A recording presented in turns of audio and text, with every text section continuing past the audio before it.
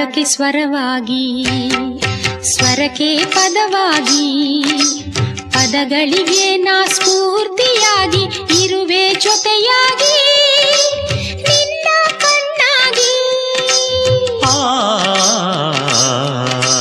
ರಾಗಕ್ಕೆ ಸ್ವರವಾಗಿ, ಸ್ವರಕ್ಕೆ ಪದವಾಗಿ, ಪದಗಳಿಗೆ ನಾ ಸ್ಫೂರ್ತಿಯಾಗಿ